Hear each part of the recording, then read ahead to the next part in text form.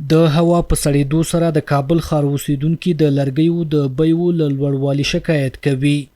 وایي تیر کال د همدې مودې په پرتله د لرګیو بیې 2 برابره لوړې شوي چې خلک یې د اخیستلو توان نه لري. اکبر د دایکنډي ولایت اوسیدونکی دی خو اوس مهال په کابل کې ژوند کوي. وایي زیاتره خلک د لوړې بیې له امله نشي کولی لرګي وپیري. یک نفر میاد توانچی نیست که یک خروار چوب ببره. دیگه کاروبار نیست، نمیجا آمده، هیچ غریبی نیست، کار نیست. کابل ښاریان له اړونده مسؤلو ادارو غوښتنه کوي چې د لرګیو بیې کنټرول کړي څو ژمي کې بېوزله خلک له ستونزو سره مخ نشي. مردم بسیار به تشویش است. خیلی به تشویش است که چه رقم میشه زمستان چه رقم بکشه. زمستان هم یخ است، هیچ کس چیز نداره، مردم غریب پیسه هم نداره. خود من در غریبی میام اینجا کار میکنم روز 200 300 باز وقت میشه باز وقت نمیشه. سال گذشته یک خروار چوبی بلوط سودا میکردیم پوستدار 8000 بی پوست 200 کم 7000 و امسال چوبی بلوط است که اون چوبی بلوط است بیادر خرواری پوستدار 14000 خون.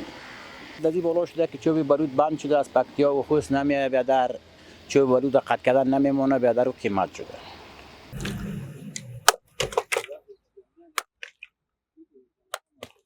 په همدې حال کې لرګي پلورونکي هم مني چې د لرګیو پر وارداتو د بندیز له امله بیې لوړې شوې دي. چوبای وطنی که هست یعنی چوبا که هست از 8000 تا 8500 میفروشیم.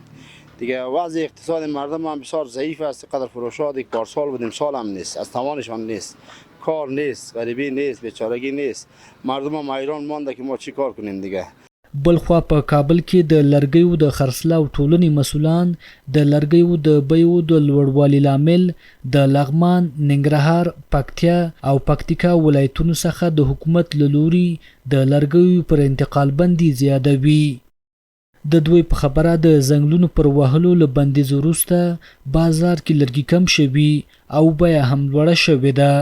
قیمت‌های چوب بالا شده با ارتباط دو موضوع. یکی قطع جنگلات که ما چند قبل ملاقات با معین صاحب وزارت زراعت داشتیم و چندین پیشنهاد مکتوب به وزارت تجارت روان کردیم. از طریق وزارت تجارت به اداره امور رفته. قطع جنگلات صرف موضوع درخت‌های پکتیا و پکتیکا و جلغوزه و بادام پسته هست. د هوا په یخېدو سره په کابل او ځینو نورو سړو ولایتونو کې د سون توکو په خاص ډول د لرګیو بیې لوړې شوې دي. د کابل ښاریان وایي که د سون توکو بیې کنټرول نشي نو دوی به روان ژمی له سختو ستونزو سره مخ شي. جان آغا صالح، رویداد نیوز، کابل.